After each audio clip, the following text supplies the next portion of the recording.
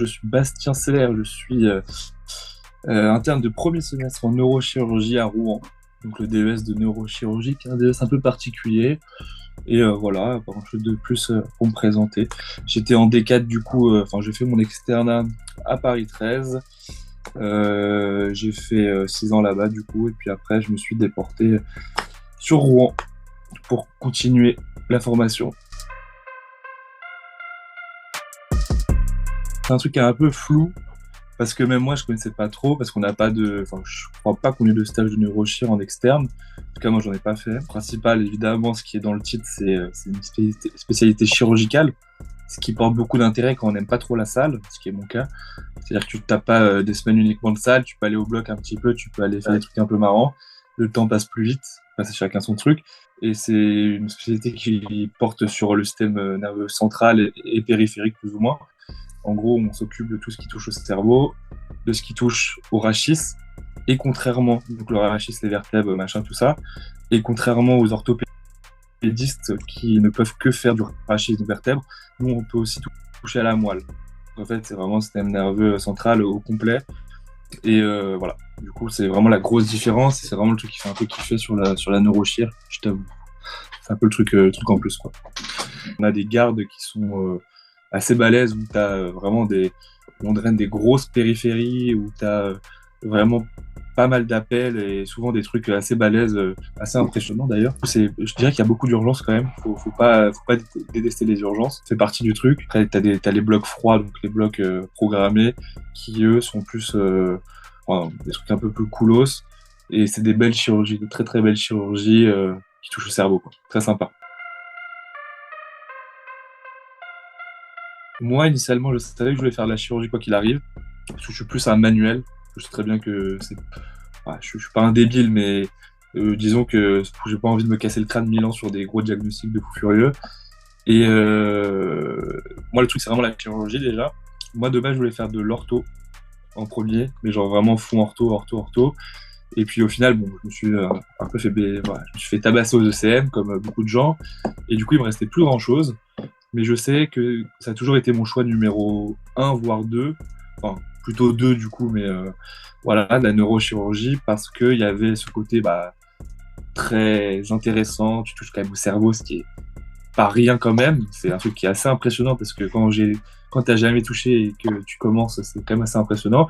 Il y a cet organe noble là, t'imagines pas pouvoir un jour ouvrir un crâne et aller opérer dans le cerveau, ce qui est assez impressionnant.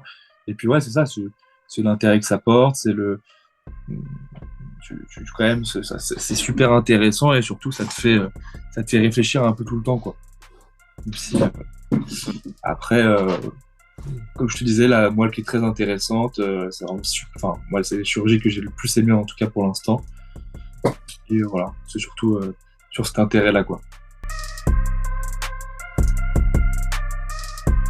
La neurochirurgie, on nous le vend, on me l'a vendu et on vous le vendra comme une spécialité très dure, si ce n'est la plus dure. J'avoue avoir pris des infos un petit peu avant, gentiment en avance, pour savoir si c'était vraiment ce qu'on nous annonçait, des journées de fous furieux tout le temps. Et au final, on m'avait vendu le truc comme, bon, finalement, c'est un peu comme toutes les chires, c'est des grosses journées, mais enfin, voilà, c'est pas plus hardcore que les autres. En soi, c'est vrai. Après, ma journée type à moi, en gros, c'est tous les matins 7h30 debout. Enfin, debout. Tu te réveilles à 6h30, tu es au taf à 7h30 parce que tu as ta petite visite à faire de tes patients, de ton petit secteur. Après, tu as 8h, nous, on a un staff pour présenter un peu les cas de la garde de la veille. Donc, en gros, on commence à 7h30. Après, soit tu es de journée de bloc, donc tu fais des blocs jusqu'à 16h30, 17h, en général, ça s'arrête par là. Soit tu es de journée de visite, donc tu gères ta salle, tu gères les sorties, les entrées, les machins. Et en général, donc quand tu finis vers 16h30, 17h, il y a le staff, un deuxième staff l'après-midi, pour présenter un peu les cas du lendemain, les chirurgies programmées. Et ça dure jusqu'à genre 17h30, un truc comme ça. Et après, il faut continuer de gérer sa salle, il faut continuer de gérer ses patients. Donc, la plus petite, et j'en discutais tout à l'heure avec un collègue, c'est que j'ai fini à 18h, 18h30, c'est la plus petite que j'ai faite. Et les plus longues, il m'est arrivé de partir à 22h, enfin, plusieurs fois, quoi. Plusieurs fois. Et si je devais donner le moyen, ce serait plutôt 20h. 20h, 20h30, tu vois. Après, il y a des journées qui sont un peu plus cool, comme le vendredi où nous, on n'a pas de staff le soir, il y aura juste à gérer un petit peu ce patient. Il peut t'arriver de finir à 18h30, bon, c'est pas choquant, tu vois, mais faut pas s'attendre trop à sortir avant. Le truc un peu chiant, c'est de se lever tous les matins. Après, moi, je suis un peu matinal, donc ça me dérange pas. Après, être matinal et être matinal, ça me fait quand même chier de me lever des fois à 6h30 du mat. C'est crevant, quoi. Mais dès qu'il y a un rythme qui s'installe, après, ça commence petit à petit à être plus facile, quoi. Tu sais, quand tu sors de vacances de 3 mois, comme on a fait après le ECN, se lever à 6h30, c'est pas facile, mais après, au fur et à mesure, tu prends le rythme. Mais du coup, journée type, c'est ça, c'est 7h30 là-bas. Tu finis vers, allez, en vrai, 19h30, en général, tu peux retrouver tout ça en moyenne. Donc, c'est des grosses journées. Des grosses journées, mais ça passe relativement vite, surtout quand t'es de bloc, et c'est pour ça que l'aspect chirurgical, il trouve tout son intérêt, quoi. On peut pas gérer notre salle en même temps. C'est-à-dire que t'es de bloc, t'enchaînes 3 blocs d'affilée, des fois tu manges pas, même la plupart du temps tu manges pas entre les blocs, des fois t'as des blocs qui te font 7 heures, du coup tu manges pas entre midi et 2. Et du coup, en fait, tout ce temps-là, tu peux pas du tout gérer ta salle, tu peux pas gérer tes sorties, tu peux pas gérer tes entrées, tu peux pas gérer tes traitements, tes machins. Et du coup, ça, tu dois le faire après le bloc, en fait. T'as pas le choix. Parce que si tu le fais pas, personne le fera pour toi, chacun c'est sectorisé, chacun son truc. T'as tes patients qui sont attribués, puis voilà. Donc c'est ça qui prend surtout le plus de temps, c'est en fait le bloc qui bouffe un peu sur la gestion de salle. Ça dure 6 ans. Après, je connais pas exactement les phases cheloues. Là, il y a un an de phase d'approfondissement et des trucs phase socle, machin, mais je t'avoue, j'ai pas encore trop fait attention. Je crois qu'on a c'est en évolution, mais je crois qu'on a 1 an de docteur junior et ça tend à évoluer à 2. Donc, docteur junior, c'est quand tu gagnes le statut de docteur junior pendant ton internat, pour finir ton internat, pour le clôturer. En gros, au lieu de faire 6 ans d'internat pur, tu fais genre 5 ans d'internat et 1 an de docteur junior. Après, niveau salarial, donc ce qui intéresse tout le monde, c'est on a une base, nette comme tous les internes. Donc, tu as ton salaire de base qui est à 1600, un truc comme ça. 1600 de base. Et après, nous, on a une spécialité qui prend beaucoup de gardes. Donc, sur les gardes, c'est là que tu vas faire ton bonus. Et nous, les neurochirurgiens, du coup, on est plutôt bien payés sur ça. Parce qu'on se fait des gardes. Il y a les gardes du dimanche qui sont payés double, les gardes du samedi qui sont payés 1,5, et les gardes classiques qui sont payés comme une garde classique. Et du coup, comme on est dans ma promo, là, du coup, on est 4 ou 5 neurochirurgiens en interne, et même une qui va passer bientôt chef, donc on va être 4. Et du coup, on doit se partager le mois entre nous. Du coup, ça te fait 6 gardes par mois, et là, ça commence à rentrer un peu de fric, quoi.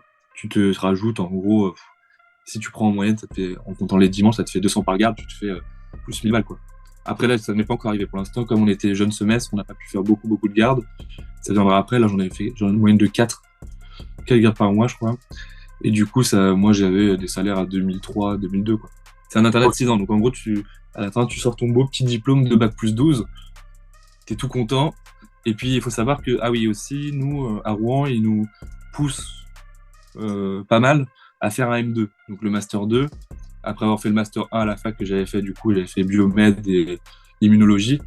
Et du coup, biologie cellulaire, pardon, et immunologie. Et après, ils nous poussent à faire le M2. Du coup, c'est une année de césure où tu fais du labo, où tu prépares un sujet que tu présentes avec des vraies expériences. Enfin, tu fais vraiment de l'expérimentation sur des animaux ou bien sûr ou in vitro. Enfin, ça, je sais pas trop comment. J'en sais pas trop plus là-dessus. Et du coup, on a cette année de plus. Du coup, en soi, on a quand même un bon 13 ans d'études à taper. Enfin, 13 ans de plus bac, post-bac.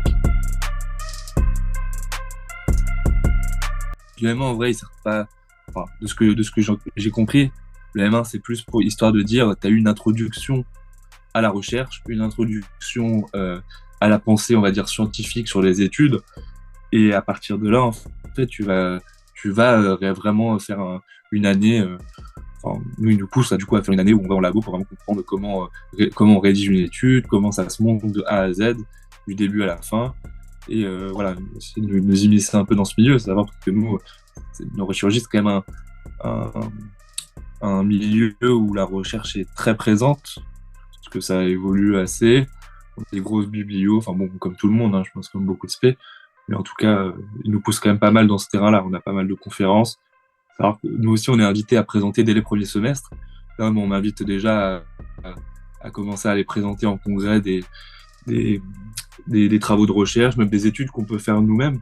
Ce qui nous arrive aussi de faire des papiers personnellement avec des études rétrospectives, où en gros, on prend des dossiers sur certaines pathologies. Par exemple, là, j'ai aidé un collègue pour un recueil sur les névralgies du trijumeau, avec les différentes prises en charge, thermocoagulation, les compressions par ballonnet, tout ce genre de trucs. Et du coup, on voit, on a fait un papier avec un recueil rétrospectif sur l'évolution post-thermocoagulation ou compression par ballonnet, ce genre de trucs. Donc en fait, ça, on est invité aussi à travailler en même temps pendant le temps de travail. Donc ça, on le fait quand on a du temps entre deux blocs, quoi. Faire du recueil et faire de la recherche en même temps. Ça fait partie aussi du truc. Je t'avoue, j'ai pas encore la connaissance de ce truc. Après, évidemment, moi, je sais que pour mes choix, je choisissais plus la ville en termes un peu de cadre, mais évidemment, je me suis informé sur un peu l'ambiance générale. Je t'avoue que je cherchais surtout les endroits où je pouvais faire du rachis en même temps, parce que si tu veux avoir une activité libérale, il faut avoir fait du rachis, parce que c'est majoritairement ce qui se fait en libéral. Du coup, c'est le truc que je cherchais. À Rouen, on en fait. Les trucs à éviter, je sais que Marseille, c'est en termes d'ambiance très hard. Après, je sais pas si c'est toujours le cas. C'est comme ça qu'on me l'avait vendu en tout cas. J'avais la possibilité d'y aller, mais c'était pas trop mon délire, quoi, du coup. Après, en termes de formation, évidemment, t'as Paris qui est toujours dans les tops parce que t'as des très gros centres avec des très grands noms de la neurochirurgie qui permettent de bien apprendre, de bien se former, quoi. Le problème, c'est qu'il y a pareil, c'est toujours une petite balance entre les les grands centres de formation, genre au football, genre, tu vois, avec les grands chefs qui vont t'aider à te faire comprendre plein de trucs, et en même temps, les centres qui vont te donner la main pour essayer d'opérer. Parce qu'il faut savoir qu'à Paris, tu touches beaucoup moins qu'en périphérie. Ça, c'est un truc à savoir aussi. Nous, Rouen, en tout cas, c'est un CHU où on nous laisse quand même beaucoup la main. On laisse beaucoup la main parce que c'est pas un très grand CHU. Et voilà. Après, je t'avoue qu'il y a Rennes qui est en train de fermer actuellement parce qu'ils ont eu des petits problèmes autres, annexes, mais du coup, Rennes a fermé, du coup, je le recommande pas. Et sinon, je t'avoue que j'ai pas trop de bonnes adresses encore à donner. Il y a tout ce qu'il faut, c'est-à-dire que tu as une formation très correcte, tu as des chefs très sympas où il y a une super ambiance, le cadre de vie est cool pour la ville, mais surtout l'ambiance générale, c'est que le cadre de vie en termes d'horaire, c'est pas délirant. C'est pas délirant, c'est correct, contrairement à ce que tu peux trouver dans d'autres centres, quoi. Donc voilà. Moi, ma vie, franchement, pour moi, c'est un très bon choix. J'ai pas eu tous les choix de dispo, tu vois. Et moi, j'avais 10 ou 9 ou 10, 10 ou 9 CHU dispo. Et parmi tout cela, j'avais Poitiers, Clermont-Ferrand et tout. Bon, là, c'était plus en termes de quête de vie pour pas m'enterrer un petit peu plus loin. Même si apparemment, Poitiers, c'est un bon centre aussi. Mais moi, Rouen, c'est le truc qui me convenait le plus. Et puis finalement, c'est avéré être le bon choix parce que j'y retrouve tout ce que je veux. Tu vois, il y a du rachis, il y a une bonne ambiance. Et puis voilà, ça vit assez bien. On fait, nous, à Rouen, toute la pédiatrie neurochirurgicale. Ça fait partie du fait que Rouen, c'est très global. C'est que c'est pas toutes les spécialités qui font, c'est pas tous les CHU qui font la pédiatrie. Et nous, du coup, on gère aussi, dès que tu as des patients pédiatriques avec des découvertes de lésions malignes, ou bénignes d'ailleurs au niveau cérébral, et que tu as des traumatismes, c'est nous qui les gérons aussi. Alors, encore une fois, je suis très jeune semestre, donc je vais pas m'avancer sur les qualités pour être un très bon neurochirurgien. Mais pour l'instant, de ce que j'ai vu, de ce que je vis en tout cas, il faut avoir, je pense, du sang-froid à fond, parce que c'est quand même, comme je dis, c'est un cadre d'urgence assez fréquent. Il faut pas se laisser dépasser par les évolutions sur pas mal de sujets, parce qu'on fait beaucoup d'annonces de maladies graves, on fait beaucoup de prises en charge très urgentes. Il faut vraiment se bouger les fesses et pas, voilà, encore une fois, laisser dépasser par les émotions parce qu'on n'a pas le temps. Et voilà, je pense que c'est surtout le sang-froid qu'il faut avoir. Après, il faut être, évidemment, faut pas être un gros dormeur non plus. Ça joue un petit peu aussi. On a des gardes qui sont assez rudes, donc il faut pouvoir rester un petit peu éveillé. Moi, c'est un peu, enfin, j'arrive à rester assez éveillé pendant les gardes, c'est bien, mais moi qui ai l'habitude d'être un peu un veille-tard, je t'avoue que des fois, c'est quand même assez dur, tu vois, en fin de nuit, quand tu te fais appeler, tu te fais réveiller à 4 heures du mat, t'as la tête dans le cul, et puis tu dois répondre à un mec qui en chie à l'autre bout de l'univers, et tu dois le ramener. Enfin bref, c'est des fois des trucs qui sont un peu chauds à gérer. Et à part ça, bon, un peu après, c'est d'être manuel, hein, comme les trucs de chirurgie. On fait pas mal de microchirurgie sous microscope. Donc pareil, il faut pas avoir de main gauche. Mais ça, en général, les gens se disent, ah, je tremble, je machin, je suis pas doué, je suis pas machin. En vrai, c'est des trucs qui s'apprennent, je pense. Il y a une dextérité de base. Enfin voilà, il y en a qui sont pas faits pour ça, ça arrive. Mais je pense qu'il y a une grosse marge de progression pour beaucoup de gens. La tremblote, tout le monde l'a au début, et avec l'expérience, c'est avec la confiance en soi que ça vient après, petit à petit, que tu arrives à te concentrer, à performer un petit peu, quoi. Bah écoute, moi je dirais c'est l'intérêt qu'on porte comme je disais plus tôt, hein, le fait que ce soit une très belle chirurgie, très très belle chirurgie, franchement. Je me posais la question il y a pas longtemps de savoir est-ce que si j'avais le choix, j'aurais fait, même si j'avais tous les postes ouverts en termes de chirurgie, est-ce que j'aurais fait un droit au remords, tu vois? Ce qui est pas encore le cas du tout, hein. Mais tu poses toujours la question de dire est-ce que c'est le bon choix?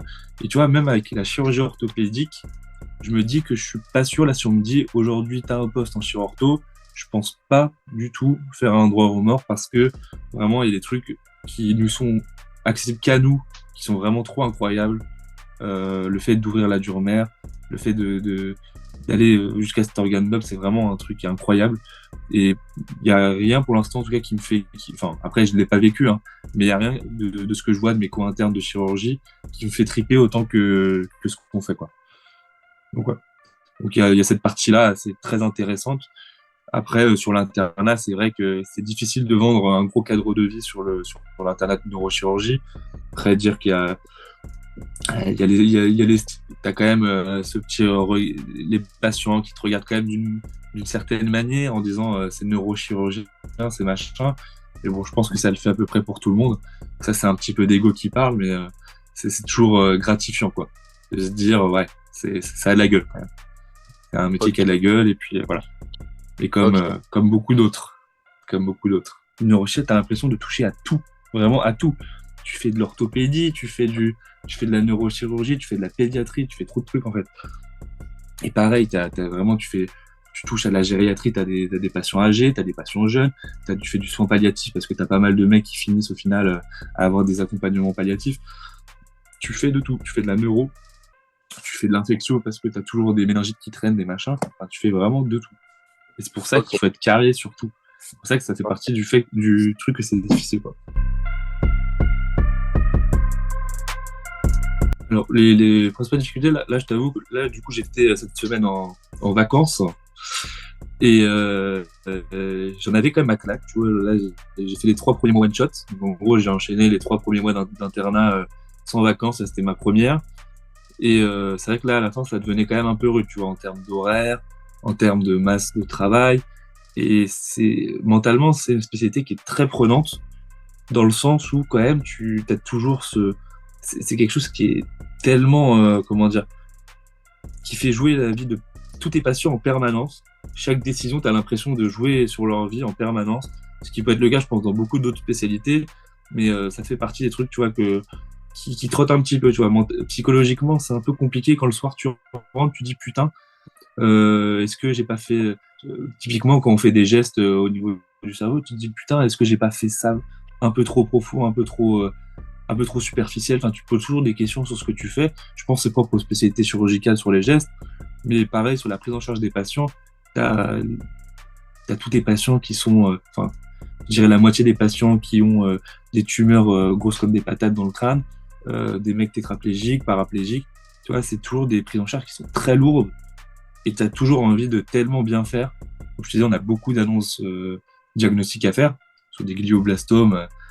Enfin, on a un biais parce qu'on les voit à peu près tous en Normandie, mais tu as l'impression qu'il y en a un tous les jours, tu vois. Et du coup, c'est quand même des trucs qui sont prenants, c'est vraiment le défaut que je trouverais, c'est que tu les gardes à la maison, ces trucs-là. Tu vois, quand tu rentres, t'es jamais serein. T'es jamais serein quand tu rentres à la maison. Je pense que ça vient avec l'expérience, que au fur et à mesure, ça disparaît petit à petit parce que t'es un peu plus confiant, etc. Mais au début, c'est un peu compliqué. Après, évidemment, en deuxième point, il y a les horaires qui sont quand même pas faciles. Du coup, ça fait partie un peu du truc que je disais sur les vacances qui font du bien. Et dernier petit point sur les complications que j'ai moi eu pour le moment, bah, il y a toujours des petits moments au bloc où ça se passe pas super bien. T'es au début, moi j'ai jamais fait de bloc, enfin j'en ai fait trois quatre de bloc en externe, ce qui est rien du tout pour un mec qui prend une spé chirurgicale. Donc moi quand je suis arrivé au bloc, je savais rien faire, je sais pas aider en fait, je savais pas faire l'aide opératoire. Et du coup, bah, forcément, tu te prends un sacré nombre de taquets. Des fois, c'est pas facile. On te parle mal, on te machin, parce que les mecs sont saoulés, ce qui est normal, parce que tu sers à rien, tu vois. Après, c'est toujours des trucs un peu compliqués au début. Puis au fur et à mesure, tu t'améliores, tu sens qu'ils te font plus confiance, et ça, c'est gratifiant.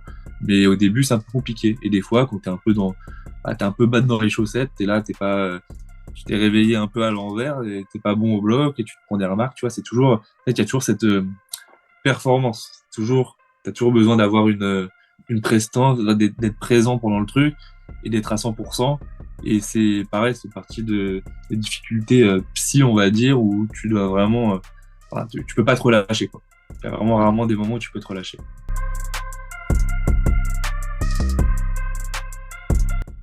Et ce que je me disais il y a pas longtemps, c'est que il y a vraiment un clivage entre l'externat et le début d'internat, parce que c'est vrai que je me rappelle, moi, quand j'étais externe, tu vas en stage, ton objectif, c'est de faire le boulot qu'on te demande, et en vrai de vrai, de te barrer quand tu peux. Faut dire la vérité. Les patients, tu sais que tu les verras pas tous les jours, tu vas rien changer à leur prise en charge, du coup, c'est pas vraiment le centre de tes intérêts. Et pareil avec les chefs, t'as pas la proximité, t'as pas le machin, parce qu'ils te voient comme l'externe, le mec qui va partir dans 3 mois. L'internat, c'est différent. Sachant que, pour précision, à Rouen, en neurochirurgie, je vais faire au moins 80% de mes semestres au même endroit. Donc, je serai toujours CHU Rouen, neurochirurgie. Donc, j'ai intérêt à avoir une bonne entente. Mais le truc que je me disais il y a pas longtemps, c'est justement, en tant qu'interne, tu as cette approche différente avec les patients et avec les chefs, ou avec les patients, tu as un vrai suivi, tu es là avec eux, tu les accompagnes, pas comme en tant qu'externe, et en vrai, des fois, tu sens que le fait d'avoir une reconnaissance, des fois, tu as des merci, tu as des machins, c'est quelque chose d'assez gratifiant, et c'est pas les mêmes merci que quand tu étais externe et que tu allais apporter de l'eau, tu vois, c'est pas pareil. C'est vraiment, là, tu as l'impression de servir à quelque chose, et surtout le fait des fois d'être reconnu par les patients, alors que tu les avais vus il y a un mois et demi, parce que tu étais présent pendant un moment avec eux. Ça, tu vois, c'est quelque chose qui change vachement, tu vois. Et ça, c'est des petits trucs qui font plaisir. Et avec les chefs, pareil, c'est vraiment pas la même proximité. Avec les chefs, plus la moitié de mes chefs, c'est mes potes, on parle normal, il n'y a aucun souci. Alors que quand tu étais externe, mais tu vous voyais tout le temps, tu tremblotais quand tu allais parler à un chef un peu coté, un peu machin, tu vois. Là, c'est vraiment pas la même approche, c'est vraiment un truc un petit peu sympa de l'internat, quoi, que je trouve les petits plus. C'est vraiment Ok. la vie professionnelle engagée dessus, quoi.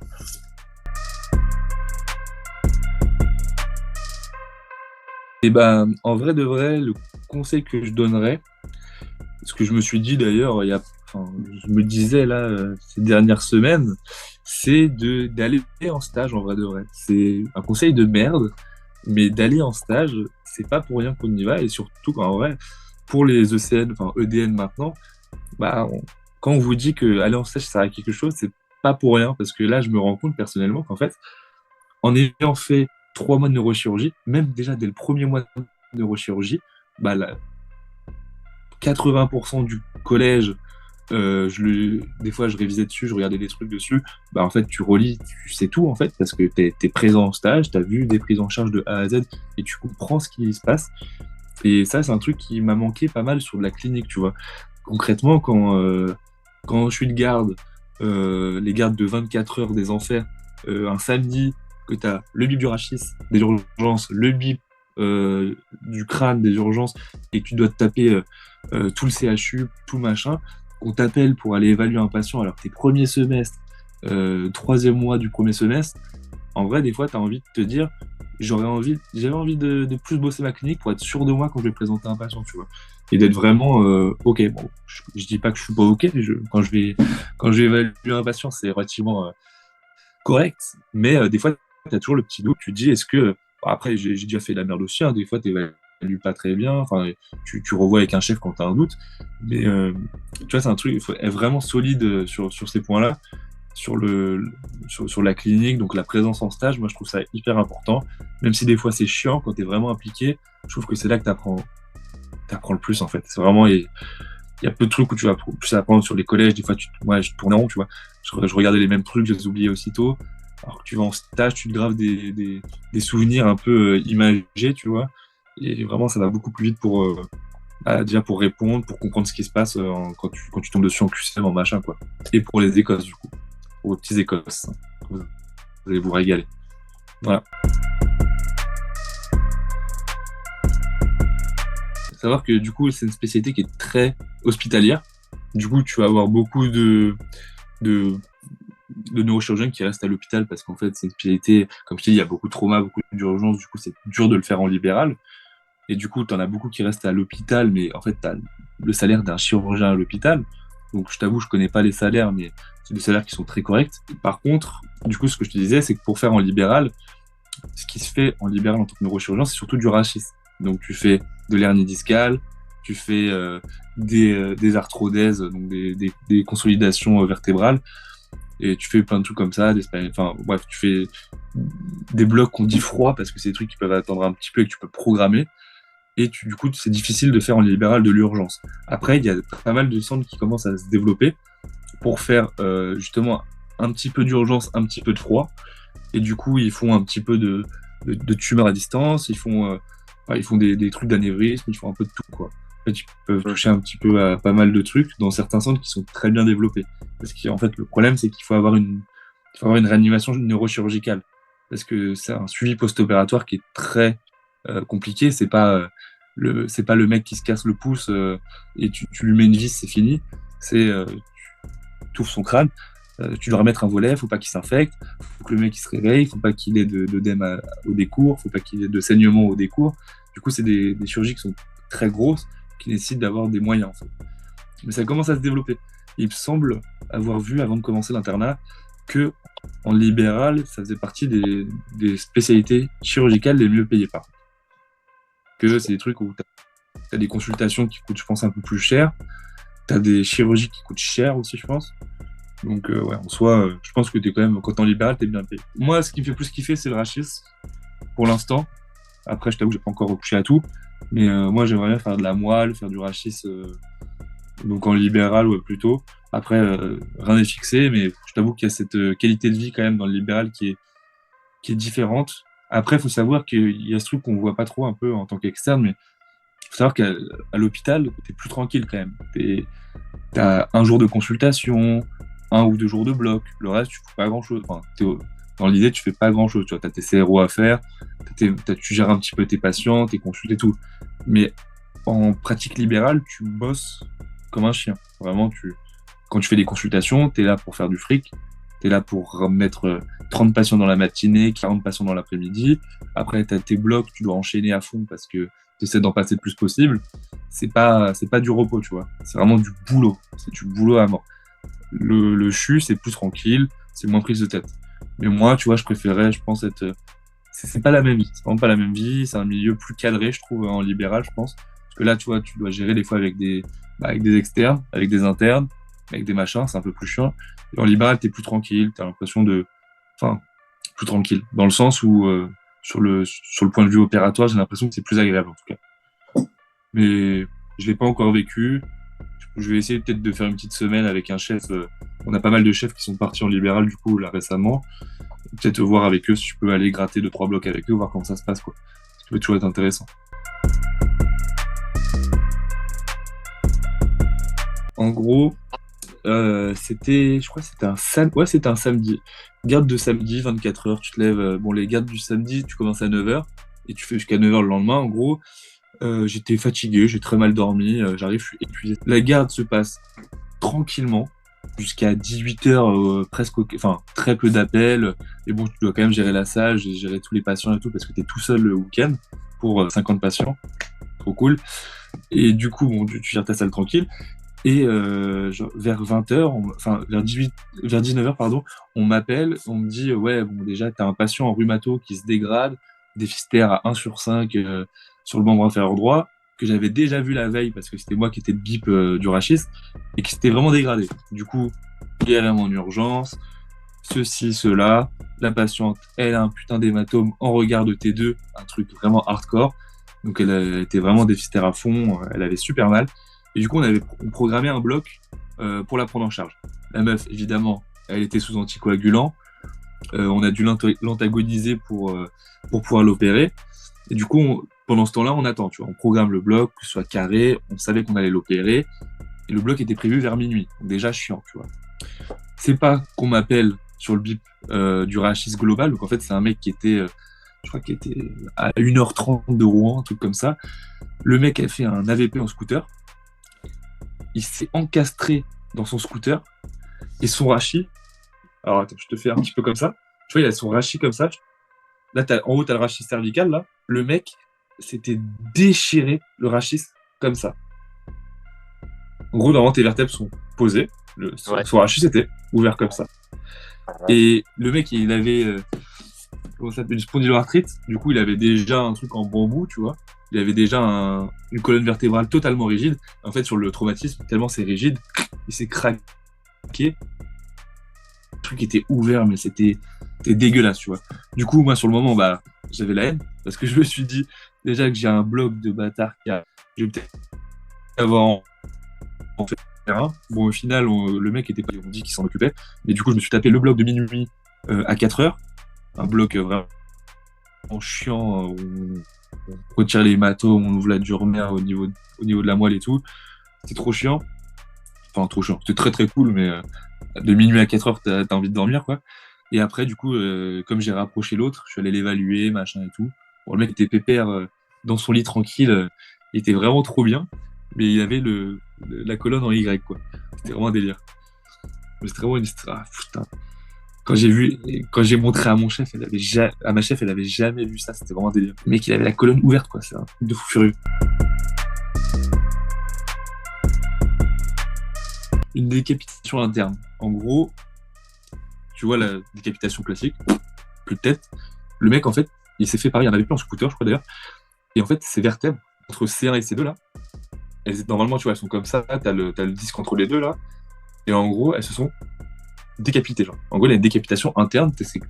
Ces vertèbres qui sont décrochées. Et le mec, il avait un cou rallongé, du coup. Et c'était un truc de fou furieux. Bon, le mec, évidemment, ça s'est pas bien passé. Mais ça fait partie des anecdotes rachis, traumatisme.